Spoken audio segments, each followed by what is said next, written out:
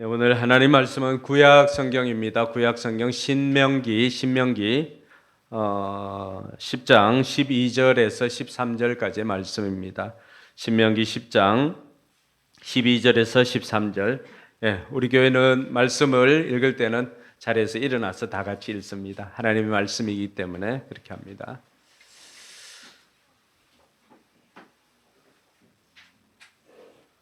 네, 다 같이 큰 소리로 같이 읽겠습니다. 시작.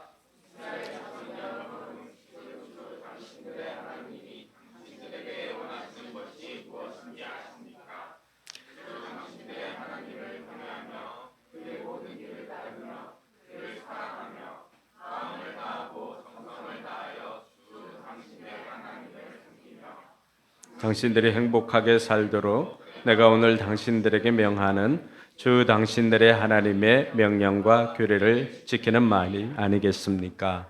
아멘. 네, 오늘은 교회 절기로는 추수감사주일입니다. 추수감사주일은 한 해 동안 우리에게 베풀어 주신 하나님의 은혜에 감사하여서 또 하나님 앞에 영광 돌리는 그러한 주일이기도 합니다. 한 해를 돌아보면은 내가 원하는 대로 되지 않은 것도 있을 것입니다. 또 어떤 것들은 내가 원하는 것보다도 더 잘된 것들도 있을 것입니다. 근데 여러분, 큰 그림 속에서 보면은 때로는 내가 원하지 않았던 일들도 때로는 내가 원하는 것보다 더 잘된 그 모든 것들도 결과적으로는 우리가 이 레이스를 다 달려보면은 다 우리에게 도움이 되었다는 것을 다 알 수가 있을 것입니다. 찬송가에도 그런 가사가 있습니다. 그 풍랑 인하여 우리가 더 빨리 나아갑니다. 풍랑이나 고난이나 이런 것들이 때로는 우리 삶을 힘들게 하지만 또 그것으로 인해서 다른 것에 정신 팔지 않고 오히려 더 집중해서 나아갔더니만 결과적으로는 훨씬 더 빠르고 좋은 결과가 있었다는 고백이기도 합니다. 그래서 우리가 감사절을 보내고 또 우리의 삶에 감사를 하는데, 여러분, 감사는 믿음의 행위입니다. 믿음 없는 사람이 감사할 수 없습니다. 믿음이 있기 때문에 하나님 앞에 감사할 수 있는 것입니다. 그리고 이 감사라고 하는 것은, 감사는 결과에 대한 것이 아니라 감사는 태도입니다. 많은 사람들이 내 삶에 기적이 일어나면 감사하겠습니다, 내 삶에 이것이 이루어지면 감사하겠습니다 라고 말하지만, 그러나 하나님께서 우리에게 원하는 감사는 그러한 것이 아니라 우리가 감사할 때 기적을 경험하게 되는 것이고, 우리가 감사할 때 좋은 결과를 얻을 수가 있는 것입니다.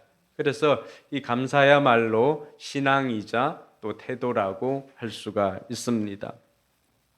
오늘 저와 여러분들의 삶 가운데 날마다 이 감사가 더욱더 넘쳐나기를 주님의 이름으로 축원합니다. 오늘 여러분들과 함께 또 고민하고 하고자 하는 이야기는 행복입니다. 행복. 최근 들어서 우리 강단에서 계속해서 행복에 대한 것들을 함께 나누고 있습니다. 왜 이 행복에 대한 것들을 나눌까 생각을 해보면은, 이 세상을 살아가는 모든 사람들의 끊임없는 관심이자 목적이 바로 행복이기 때문입니다. 여러분, 철학이나 종교, 나아가서 인간의 모든 활동들, 그 활동들의 근본적인 목적이나 결과는 다 행복을 찾는 여정이라고 할 수가 있습니다. 그래서 영국의 철학자이자 또 수학자인 버틀란트 러셀은 자신의 책 행복론에서 그 세 가지 행복을 찾는 조건을 이렇게 이야기를 합니다. 첫째는 자기 반성. 하루를 돌아보거나 아니면은 자기 인생을 돌아보면서 반성하는 것, 그것을 행복의 조건으로 제시를 했습니다. 또 하나는 여행이라고 소개를 했습니다. 많은 사람들이 여행을 떠나고 국내 여행이나 또 해외로 여행을 갑니다. 여러분, 여행을 가서 여러분들 무엇을 합니까? 많은 것들을 보고 또 맛있는 것들도 먹고 하지만, 저는 여행에 있어서 정말로 중요한 것은 그 여행을 통하여서 자신의 존재를 다시 한번 생각해 보는 시간이야말로 여행의 참된 의미가 아닌가 이런 생각을 해봅니다. 그리고 세 번째는 이 러셀은 자신의 집 정원사와의 대화로 꼽았습니다. 그것은 다른 사람들과의 대화를 말하는 것이죠.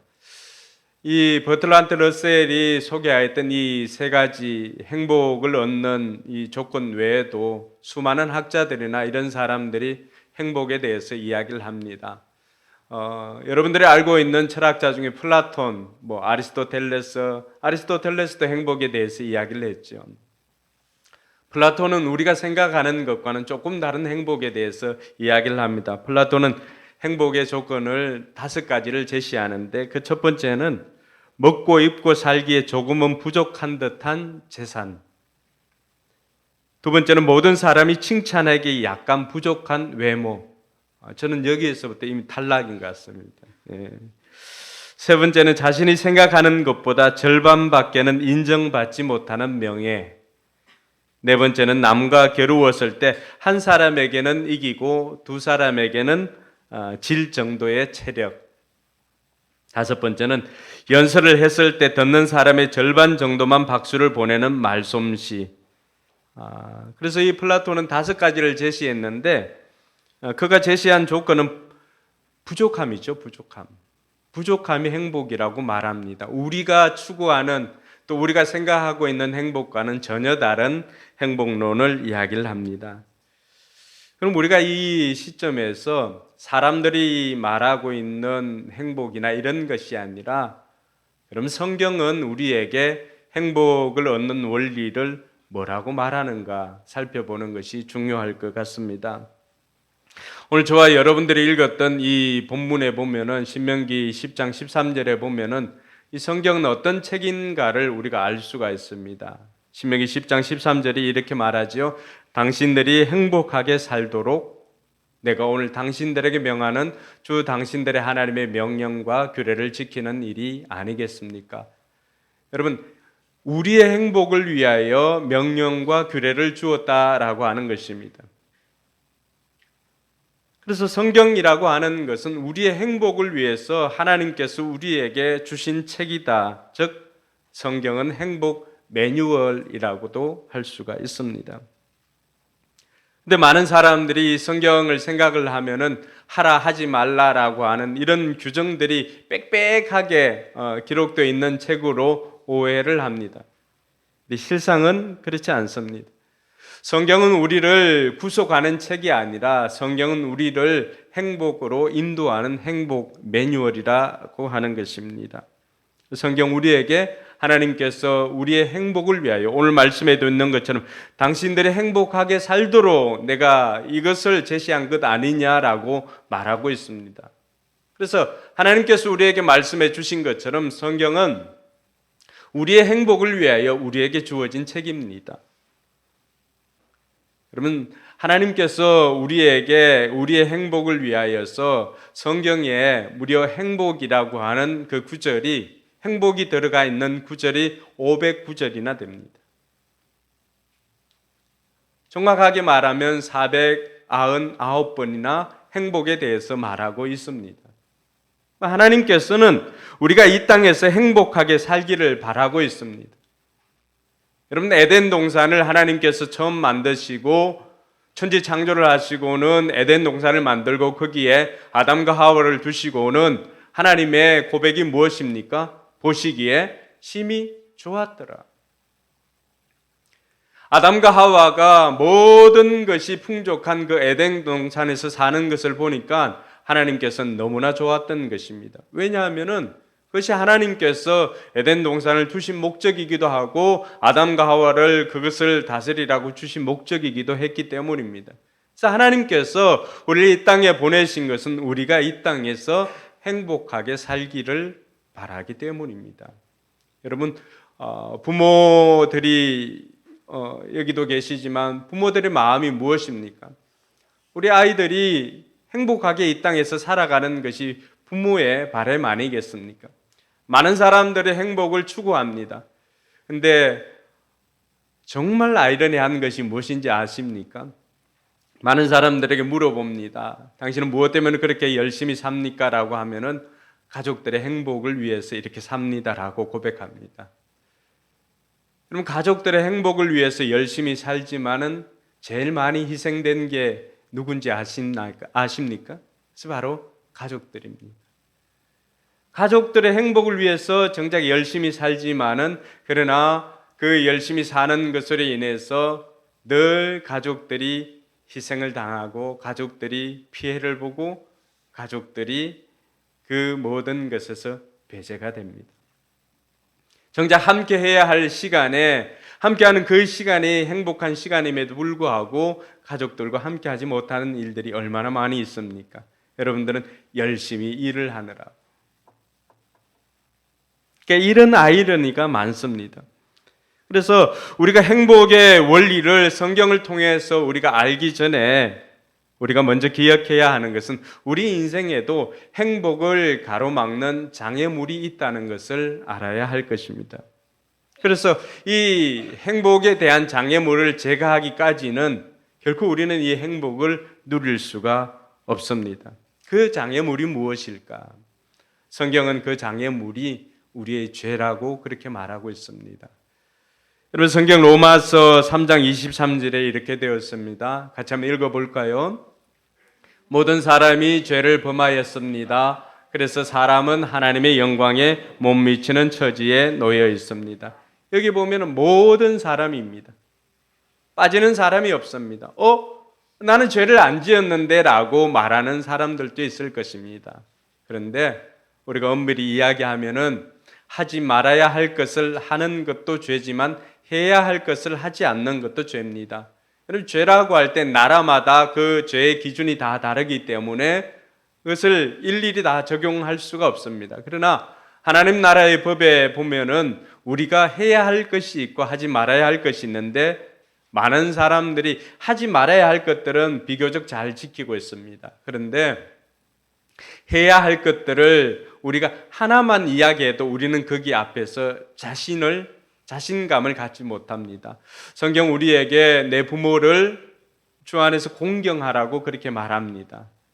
여러분 자식된 도리에서 부모에게 효를 다했다고 말할 수 있는 사람이 과연 몇이나 되겠습니까? 아무리 효자상을 받고 효부상을 받는 분들에게도 그분들에게 인터뷰를 해보면은 늘 그 마음속에는 미안함이 있고 자신이 상을 받았지만은 상 받기조차도 부끄럽다고 할 정도로 효를 다했다고 생각하는 사람은 아무도 없습니다. 우리가 실정법으로 이 살인이나 도둑질이나 이런 것들만 죄라고 생각하는데 세상은 그렇지 않습니다. 도덕법을 어긴 것도 죄인 것이죠. 그러니 그 앞에서 자유할 수 있는 사람이 아무도 없는 것입니다. 여러분 스스로도 한번 생각을 해보시기 바랍니다. 여러분은 부모에게 효를 다하고 있습니까? 거기에 어느 누구도 자신 있게 나는 효를 다하고 있습니다 라고 말할 수 있는 사람은 아무도 없는 것입니다. 그래서 성경은 꽤 높은 도덕적인 기준을 가지고 있습니다. 우리는 때리면 또 죄라고 생각하지만 성경에는 마음속으로도 나쁜 마음을 가지는 것도 죄라고 말해주고 있습니다. 그러니 그 죄라고 하는 기준에 어느 누구가 나는 죄인이 아닙니다 라고 말할 수 있는 사람이 누가 있겠습니까? 그러다 보니까 많은 사람들이 죄를 범하니까 하나님의 영광에 못 미치는 존재가 되었다 말하고 있습니다. 여러분 하나님 영광에 못 미치는 처지가 되었다라고 하는 말을 좀 더 쉽게 이야기해 보면은 많은 사람들이 사람답게 살지 못하더라라고 말하고 있는 것이죠. 그러니까 거기에 행복이 없는 것입니다. 많은 사람들은 자신들이 생각할 때 행복은 내가 부족한 거, 모자라는 거 이런 것들이 다 채워지면 행복할 거야 라고 말하는 사람들이 대부분입니다. 그래서 모든 것이 채워지면 행복할 것 같지만은 실상 그 많은 것들을 채워봐도 결국에는 행복보다는 더 허무함이 많다는 것을 알 수가 있습니다. 그 원인을 성경은 죄라고 말하고 있는 것입니다. 여러분, 파스칼이라고 하는 철학자 팡세를 지은 파스칼은 그런 이야기를 합니다. 우리 마음에는 세상 그 무엇으로도 채울 수 없는 빈 공간이 있는데 그 공간은 하나님만이 채울 수 있다라고 이야기를 합니다. 여러분, 우리 마음속에 빈 공간이 있는데 그것은 마치 비어있는 퍼즐 맞추기 이렇게 해보면은 그 비어있는 퍼즐처럼 빈 공간이 있다는 것입니다. 그것이 채워지지 않으니까 사람들은 온갖 것으로 그것을 채우려고 합니다. 돈으로 그것을 채우려고 하고, 또 어떤 사람은 명예나 어떤 사람은 지식으로, 또 어떤 사람은 쾌락으로 그것을 채워보려고 합니다. 근데 그 퍼즐이 온전히 맞지를 않으니까 사람들은 더 갈증을 느낍니다. 어떻게 보면은 하나님 빼고는 모든 것들을 다 채워보았을 것입니다. 그러나 하나님이 그 자리에 들어가지 않으니까 결국에는 갈증이 생기고 공허하게 되는 것입니다. 우리는 이런 것들을 다 경험해 보지 못하지만은 우리가 가지고 있는 것으로는 경험할 수가 없었지만은 그러나 솔로몬이라고 하는 왕, 여러분 지혜의 왕 솔로몬은 지혜만 가진 것이 아니라 하나님께서 그가 지혜를 구하였을 때 부와 명예도 다 주었습니다. 그러니까 솔로몬은 당대 최고의 부자라고 할 수가 있습니다. 그래서 솔로몬은 이 모든 것들을 다 실험해 보았습니다. 대단하지 않습니까? 그러니까 식물도 동물도 다 연구를 해 보았고요. 세상의 쾌락이라고 하는 것은 어떤 종류의 쾌락도 다 자기가 경험을 해 보았습니다. 이 세상에 존재하는 모든 쾌락이나 모든 행복을 위해서 다 실험을 해보았습니다. 마치 과학자처럼. 그리고 썼던 책이 전도서라고 하는 책입니다. 여러분 놀랍게도 이 전도서 1장 1절이 뭐라고 기록된 줄 아십니까? 같이 한번 읽어볼까요? 다윗의 아들 예루살렘 왕 전도자의 말이다. 그리고는 그가 고백하는 2절부터 고백하는 것은 헛되고 헛되니 헛되고 헛되다 모든 것이 헛되다라고 하면서 무려 그 한 절에 전도서 1장 2절부터 나오는 그 한 절에 헛되다라고 하는 말씀이 5번이나 들어가 있습니다. 모든 것을 경험을 하고 모든 것들을 다 실험해보고 온갖 것으로 그 비어있는 것을 채우려고 노력했지만 행복보다는 더 갈증이 심하고 더 허무함만이 있더라고 하는 것입니다. 여러분 선진국에서 왜 자살률이 높을까요? 많은 사람들이 돈으로 채우면은 그 모든 갈증들이 없어질 것으로 생각했지만은 그러나 돈으로 채워보아도 그 갈증은 채울 수가 없으니까 사람들은 스스로 목숨을 끊는 일이 많이 있습니다. 여러분 이 모든 것들을 경험한 솔로몬이 전도서 마지막 장 마지막 절 전도서 12장 13절에 뭐라고 고백했을 것 같습니까? 같이 한번 읽어볼까요? 할 말은 다 하였다. 결론은 이것이다. 하나님을 두려워하여라. 그분이 주신 계명을 지켜라. 이것이 바로 사람이 해야 할 의무다. 여러분 어떠세요? 여러분들은 아이고 그래도 좋으니까 돈으로 벼락이라도 한번 맞아봤으면 좋겠다 생각하는 사람들이 많잖아요. 아무리 많은 것을 가져도 여러분 수많은 그 회장들, 선대 회장이 죽고 난 다음에 그 자식들이 돈으로 분쟁을 하고 법정에 가고 이런 일들을 얼마나 많이 들었습니까? 제가 아는 목사님이 그런 이야기를 하더라고요. 자기가 아는 분이 직접 와서 이야기를 해주는데 어떤 한 여사님이 남편을 먼저 보내고 외롭게 이렇게 살다가 일산에 있는 호수공원을 이렇게 늘 한 바퀴씩 이렇게 돌면서 운동을 했다고 합니다. 그렇게 돌다가 어느 날 멋진 할아버지 한 분을 이렇게 만나가지고 서로 이야기를 하고 마음이 맞아가지고 결국에는 나중에는 같이 결혼을 하고 살게 되었다고 이야기를 합니다. 그렇게 한참을 이렇게 지내다가 어느 날 이 할아버지가 돌아가셨어요. 돌아가시면서 이분에게 재산을 70억이나 남겼습니다. 여러분 마음속에 와 70억.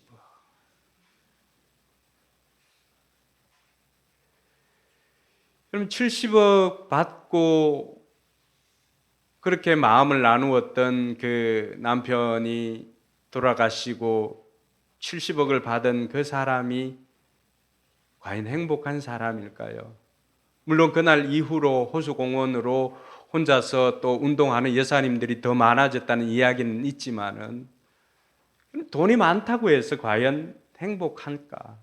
성경은 우리에게 그렇지 않음을 이야기를 해주고 있습니다. 왜냐하면 행복은 돈에서 오는 것이 아니라 그 비어진 마음이 관계를 통해서 채워질 때 행복을 누리기 때문입니다. 그 비어진 마음에 하나님이 채워지고 그 비어진 마음에 사랑으로 채워지니까 비로소 거기서 행복이 있는 것임을 알 수가 있습니다. 솔로몬이 다 실험을 해보고 우리에게 가르쳐 준 것이 무엇입니까? 하나님을 두려워하고 하나님 주신 계명을 지켜라. 이것이 사람이 지켜야 할 본분이다, 의무다라고 말해주고 있는 것입니다.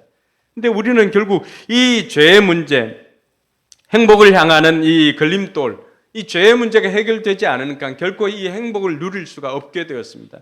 그래서 하나님께서 우리에게 이 죄의 문제를 해결하라고 우리에게 보내주신 분이 있습니다. 선물처럼 보내주신 분이 있는데 그분이 바로 우리가 신뢰하고 신앙하고 있는 예수 그리스도가 바로 하나님의 선물이십니다. 여러분, 예수님께서 이 땅에 오신 것은 이 행복의 걸림돌인 죄의 문제를 해결해 주시기 위해서 이 땅에 오셨습니다. 세상의 그 어떤 것으로도 해결할 수 없는 죄의 문제를 예수님께서 이 땅에 오셔서 십자가의 지심으로 그 모든 죄를 다 죄값을 치르시고 우리에게는 죄 용서의 그 은혜를 베풀어 주셨던 것입니다. 그래서 요한복음 3장 16절에는 이렇게 말하고 있습니다. 하나님께서 세상을 이처럼 사랑하사 외아들을 주셨으니 이는 그를 믿는 사람마다 멸망하지 않고 영생을 얻게 하려는 것이다. 하나님께서 세상을 이처럼 사랑하셔서 누구를? 외아들을 주셨다라고 말하고 있습니다. 그 외아들이 바로 예수 그리스도이신 것입니다. 여러분, 예수님께서 이 땅에 보내어서 우리의 죄값을 지시기 위해서 예수님께서 십자가에 달려 죽으신 것입니다. 그래서 예수님께서 십자가에 달려 죽으실 때 마지막으로 했던 말이 테텔레스타이라고 하는 그 말인데 그것은 다 이루었다라고 하는 말입니다. 그것은 값을 다 지불했다라고 하는 뜻도 포함되어져 있습니다. 성경이 우리에게 말해주고 있는 것은 이 죄의 값은 죄의 삭은 사망이라고 말합니다. 여러분, 코로나가 치명률이 2% 이렇게 되었습니다. 그럼에도 세상 사람들은 벌벌벌벌 떨었습니다. 그런데 죄의 치명률은 몇 %일까요? 죄의 치명률은 성경이 우리에게 가르쳐 주는 것은 100%라고 말하고 있습니다. 죄의 값은 사망이다. 그러니까 그 어느 누구도 이 죄의 값으로 말미암은 사망을 피할 수가 없는 것입니다. 그래서 이 사망의 문제, 죄의 문제를 해결해 주시기 위해서 아무 죄 없으신 예수님께서 이 땅에 오셔서 그 죄값을 인류 모든 죄값을 치르기 위해서 십자가에 달려 죽을 수밖에 없었던 것입니다. 그래서 예수님의 십자가의 죽으심은 바로 저와 여러분들이 죄의 값을 치르기 위한 죽으심입니다. 그러므로 그 예수님을, 그 선물을 받아들이기만 하면은 저와 여러분들은 그 죄에서 자유하니까 비로소 행복을 누릴 수 있다라고 하는 것이 성경이 우리에게 가르쳐 주고 있는 행복의 원리인 것입니다. 사랑하는 성도 여러분, 세상이 정의하고 있는 행복과 교회가 정의하고 있는 행복이 조금은 차이가 있습니다. 세상은 행복을 해피니스라고 그렇게 말하고 있습니다. 해피니스. 그런데 교회에서 행복 아니면 복이라고 말할 때 그 복은 blessing이라고 말합니다. 축복이라고 말합니다. 여러분, 해피니스의 그 어원은 어디에서 왔을까요? 우연히 만나다, 우연히 일어나다라고 하는 해픈에서 왔습니다. 그러니까 행복은 해프닝이에요. 우연히 일어나는 것이에요. 행복은 그러니까 수많은 사람들이 이 우연히 일어나는 행운과도 같은 해프닝을 얻기 위해서 수많은 사람들이 행복을 발로 밟고 다닙니다. 나는 아니에요 라고 하지만 여러분 실은 네잎클로바 꽃말이 뭐지요? 행운 아닙니까? 이 네잎클로바 행운을 찾기 위해서 수많은 그 세잎클로바를 밟고 다녔는데 세잎클로바의 꽃말이 뭘까요? 행복입니다. 그러니까 한 번의 해프닝을 위해서 사람들은 수많은 행복을, 내 곁에 있는 행복을 짓밟고 다니는 거예요. 그러니까 이 세상에서는 행복이 우연히 그냥 만나고, 그러니까 사람들은 이 행복을 행운이라고 착각하고 살아가는 것입니다. 근데 교회에서 이야기를 하는 행복은, blessing은 bleed라고 하는 피에서 나왔습니다. 피. 교회에서 blessing, God bless you 이렇게 하지 않습니까? 복을 빌어줍니다. 하나님의 복이 여러분들과 함께 하기를 바랍니다 라고 할 때 이 blessing은 bleed라고 하는 피에서 나왔는데 바로 예수님의 십자가의 피 흘림, 그것으로 말미암아서 비로소 우리가 행복을 누리게 되었음을 말해주고 있는 것입니다. 그래서 누구든지 이 예수님의 피 흘리심으로 말미암아 십자가의 죽으심을, 그 선물을 우리가 받기만 하면은 우리 삶에는 놀라운 변화가 일어나는데, 그 첫 번째 변화는 마음의 평화가 시작됩니다. 그것은 여러분들이 오늘 당장 느낄 수 있는 것입니다. 여러분 마태복음 11장 28절과 29절에 뭐라고 되어 있냐 그러면, 수고하고 무거운 짐을 진 사람은 모두 내게로 오나 내가 너희를 쉬게 하겠다.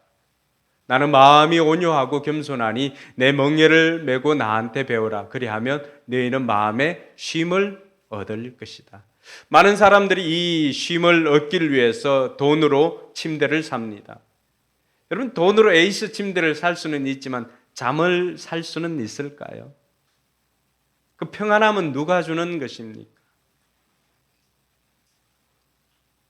그래서 많은 사람들이 착각하는 것이 바로 그것입니다.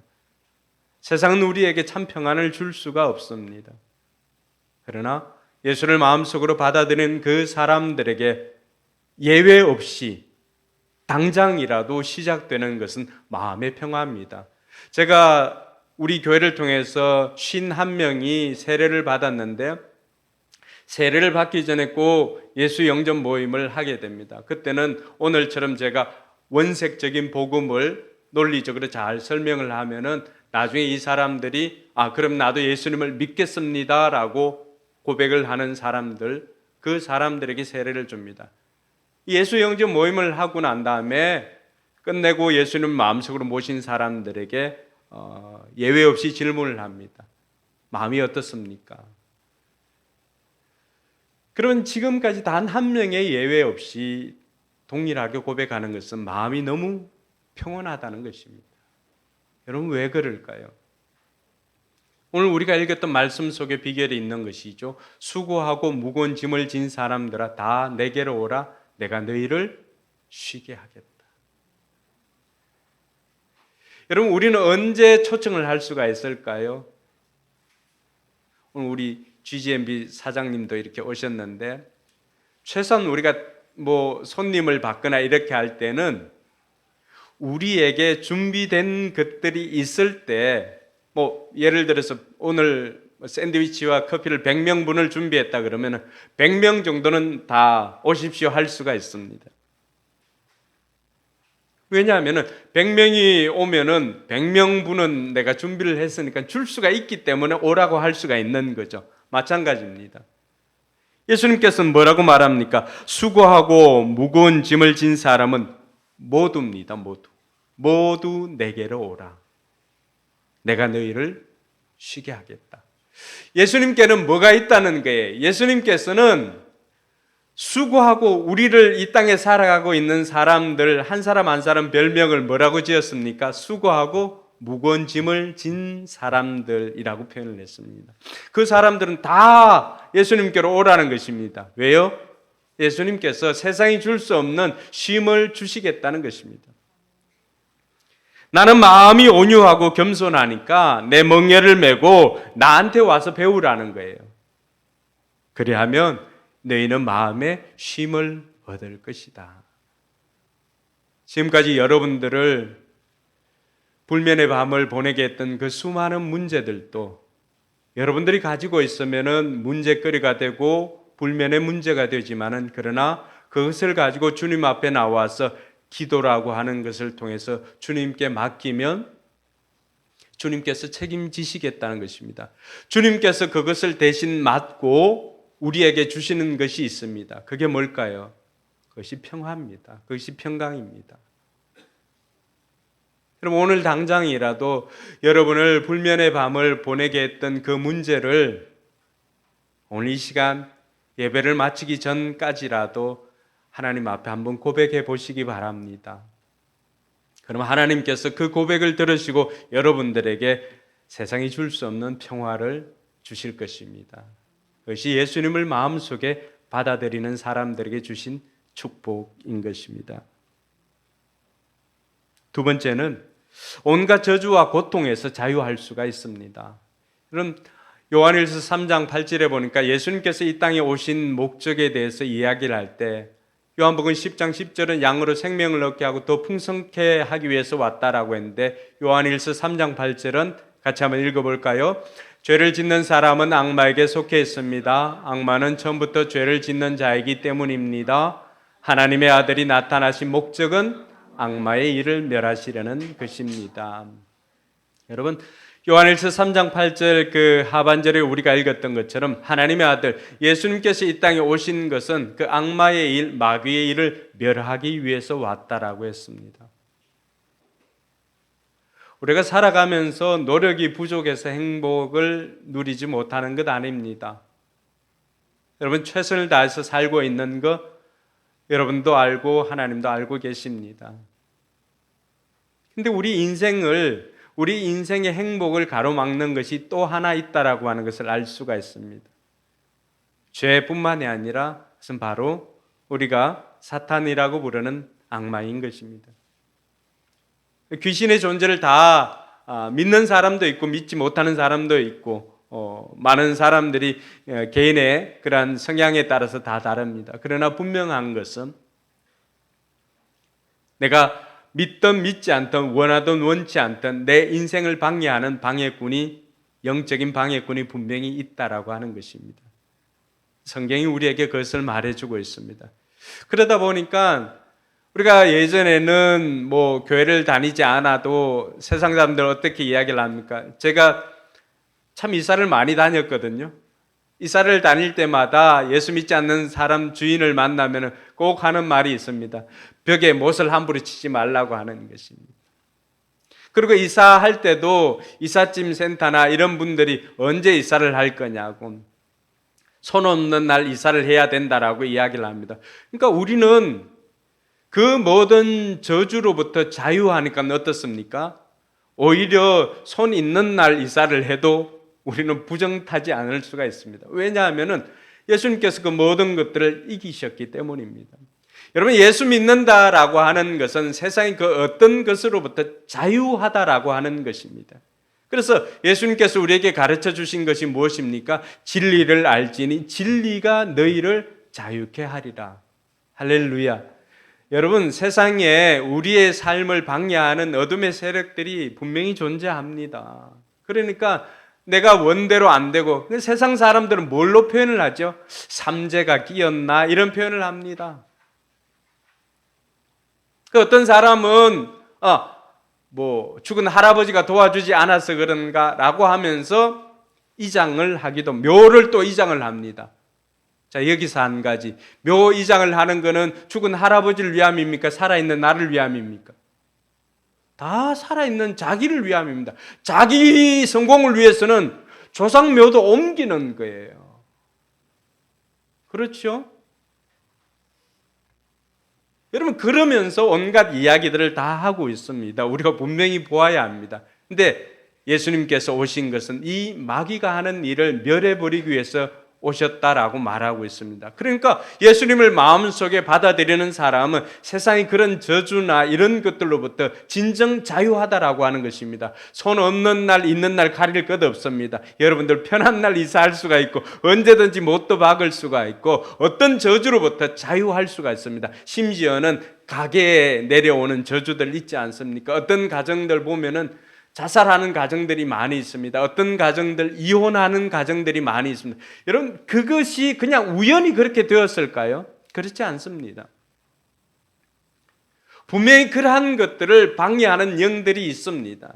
그런데 예수 그리스도를 구주로 영접하는 그 순간에 이 모든 저주로부터, 죄의 저주로부터 자유하심을 믿으시기 바랍니다. 그것이 예수님을 받아들인 사람들에게 주시는 복입니다. 그리고 예수님의 이 선물을 받아들인 사람은 죽음의 문제가 해결되어집니다. 요한복음 5장 24절에 보니까요, 내가 진정으로 너희에게 말한다. 죽은 사람들이 하나님의 아들의 음성을 듣고 나를 보내신 분을 믿는 사람은 영원한 생명을 가지고 있고 심판을 받지 않는다. 그는 죽음에서 생명으로 옮겨갔다. 여기 보면은 영원한 생명을 가지고 있고 심판을 받지 않고 죽음에서 생명으로 옮겨갔다라고 이야기를 합니다. 여러분, 이것이 죽음의 문제가 해결된 사람들의 고백인 것입니다. 여러분, 세상 그 어디에 죽음을 앞에 두고 노래하는 사람들, 노래하는 종교가 어디 있습니까? 그리고 죽음에 대해서 주 안에서 죽는 자들이, 지금 이후로 주 안에서 죽는 자들이 복되다라고, 그 죽음을 복되다라고 고백하는 종교가 어디에 있습니까?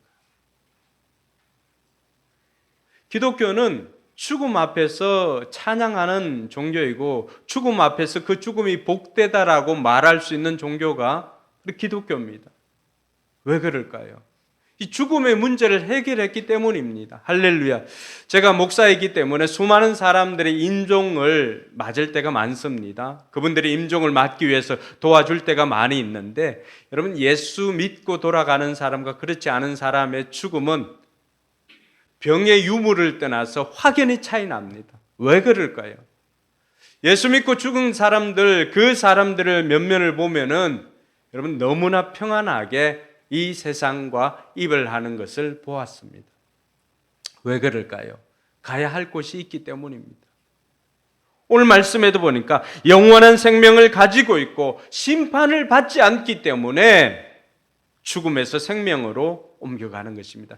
여러분, 아이들이 이쪽 그 부모님에게 와가지고 놀다가 부모님이 그 아이를, 자는 아이를 들어가지고 자기 방에 이렇게 누워둡니다. 그러면은 다음날 눈을 떠보면 어디입니까? 분명히 큰 방에서 잤는 것 같은데 자고 일어나니까 자기 방이에요. 여러분, 이것이 신자의 죽음입니다. 죽음에서 생명으로 옮겨갔다라고 하는 것이 이것입니다. 이 땅에서 살아가지만은, 그러나 이 땅에서 죽음을 맞이한 그 순간에 하나님께서 우리를 들어서 천국으로 옮겨 놓습니다. 그리고 눈을 떠보면 어디예요? 천국이에요. C.S. 루이스가 천국을 표현할 때 그런 표현을 합니다. 천국이라고 하는 것은 내가 눈을 떴을 때 다시 이 땅으로 돌아가게 될까 봐 두려워하는 것이 천국이라고 했습니다. 기가 막힌 표현 아닙니까? 수많은 사람들이 천국을 세상의 언어로, 사람의 말로 표현을 해봅니다. 그러니까 세상 사람들이 소중하게 여기는 것, 금이나 진주나 보석으로 천국을 표현을 합니다. 그러나 그 어떤 것보다도 그날 아침에 눈을 떴을 때 이 땅으로 다시 보내질까 봐 두려워하는 곳, 그곳이 바로 천국입니다. 그만큼 좋다라고 하는 것입니다. 사랑하는 성도 여러분, 저희 어머님이 몇 년 전에 폐암으로 돌아가셨는데요. 폐암 그 진단을 받고 13년을 사셨는데, 보통은 뭐 6개월이나 1년 이렇게 말하지 않습니까? 그럴 때 제가 폐암 걸린 어머님과 이렇게 대화를 하다가 제가 물어본 적이 있습니다. 엄마, 죽는 게 무섭지 않나? 이렇게, 죽음이 무섭지 않은가요? 라고 물었습니다. 그랬을 때 이미 이제 예수님을 영접하고 신앙생활을 했던 저희 어머님은 그런 고백을 합니다. 동건아, 내가 죽는 것은 두렵지 않은데 내가 동네 사람들한테 다 전도를 못한 것은 주님 앞에 가서는 두려울 것 같다라고 이야기를 했습니다. 육신은 비록 폐암으로 인하여서 살은 빠지고 때로는 골반이나 이런 곳에 그 암세포들로 인해서 통증이 심할 때도 있었습니다. 그런데 그 하루하루를 매일 그 감사일기를 이렇게 쓰고요, 감사 노트를 쓰고는 그 하루하루를 감사로 지내고, 그리고 자신의 몸을 간증의 도구로 씁니다. 동네 분들 만나면은 나를 봐라, 나를 이렇게 암에서 살려주신 하나님을 보고 나를 보고 예수님을 믿으라고 하면서 동네 분들, 많은 분들을 전도했습니다. 이 세상에서 우리가 제일 두려워하는 것이 무엇입니까? 죽음 아닙니까? 마지막에는 죽음이 있지 않습니까? 그런데 예수님을 받아들인 사람들에게는 이 죽음의 문제가 해결되어지는 것입니다. 할렐루야. 이 죽음이 해결되어지니까 진정한 자유와 행복이 거기에 있는 것입니다. 사랑하는 성도 여러분, 오늘 이처럼 하나님 앞에 나와서 예배하는 여러분들이, 그럼 나는 예수님을 받아들이고 그 행복을 얻으려면 나는 어떻게 하면 될 것인가? 나는 어떻게 해야지라고 생각하는 사람들이 있을 것입니다. 그 사람들은 오늘 이 시간을 통하여서 예수님을 자신의 주님으로 영접할 수 있기를 주님의 이름으로 축원합니다. 요한계시록 3장 20절은 이렇게 말합니다. 보아라, 내가 문 밖에 서서 문을 두드리고 있다. 누구든지 내 음성을 듣고 문을 열면 나는 그에게로 들어가서 그와 함께 먹고 그는 나와 함께 먹을 것이다. 여러분, 함께 먹는 사이를 뭐라고 말합니까? 식구라고 말하죠. 식구.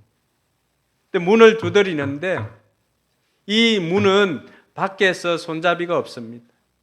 전기차라서 그런 게 아니고 우리 마음의 문입니다. 밖에서 열 수 있는 게 아닙니다.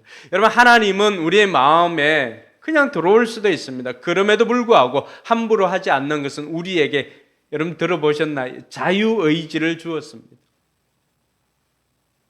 기계적으로 다 우리가 하나님을 사랑합니다, 하나님을 받아들입니다 하면은 그게 무슨 의미가 있고 가치가 있습니까? 여러분, 식당 앞에 그 풍선이 늘 이렇게 해가지고 이렇게 인사하는데 거기에 감동받는 사람이 있습니까? 감동받는 사람 없잖아요. 왜 그래요?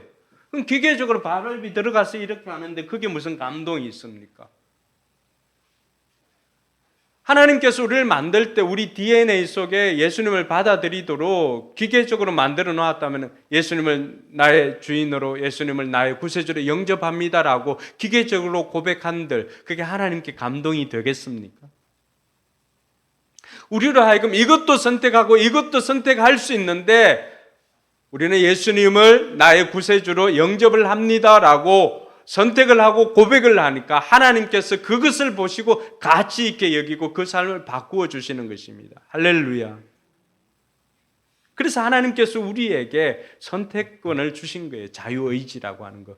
그래서 저와 여러분들이 그 자유의지를 가지고 예수님을 나의 주님으로 모시겠다 결단하는 것입니다. 우리가 예수님을 마음속으로 영접한다는 것이 어떤 유익이 있는가? 오늘은 여러분들에게 그 세 가지 유익만 말씀드리고 마치려고 합니다. 예수님을 우리가 구세주로 영접했을 때 어떤 유익이 있는가? 첫 번째 유익은 우리의 신분이 바뀝니다. 요한복음 1장 12절에 보니까 영접하는 자, 곧 그 이름을 믿는 자들에게는 뭐라고 말합니까? 하나님의 자녀가 되는 특권을 주셨다라고 말합니다. 우리의 신분이 바뀌는 것입니다. 하나님의 자녀가 되는 것입니다. 그 이전에는 죄로 말미암아서 하나님과 우리와의 관계가 깨어졌기 때문에 우리 하나님과 아무런 관계나 그런 것이 없었습니다. 관계가 없다 보니까 하나님 앞에 도움을 요청해도 마땅히 도움을 받을 길이 없었습니다. 근데 자녀가 되면 어떻습니까? 자녀가 되면은 하나님 앞에 우리가 요청을 할 수가 있는 것입니다. 아버지 도와주세요. 아버지 이거 해주세요. 그럼 과거에는 아무런 관계가 없었는데 이제는 아버지와 아들이 되었기 때문에, 아버지와 딸이 되었기 때문에, 자녀가 되었기 때문에 아버지에게 정당하게 요청할 수가 있는 것입니다. 할렐루야. 뿐만 아니라 여러분들이 아버지 집에 들어갈 때는 어떻습니까? 아버지의 자녀이기 때문에 프리패스입니다.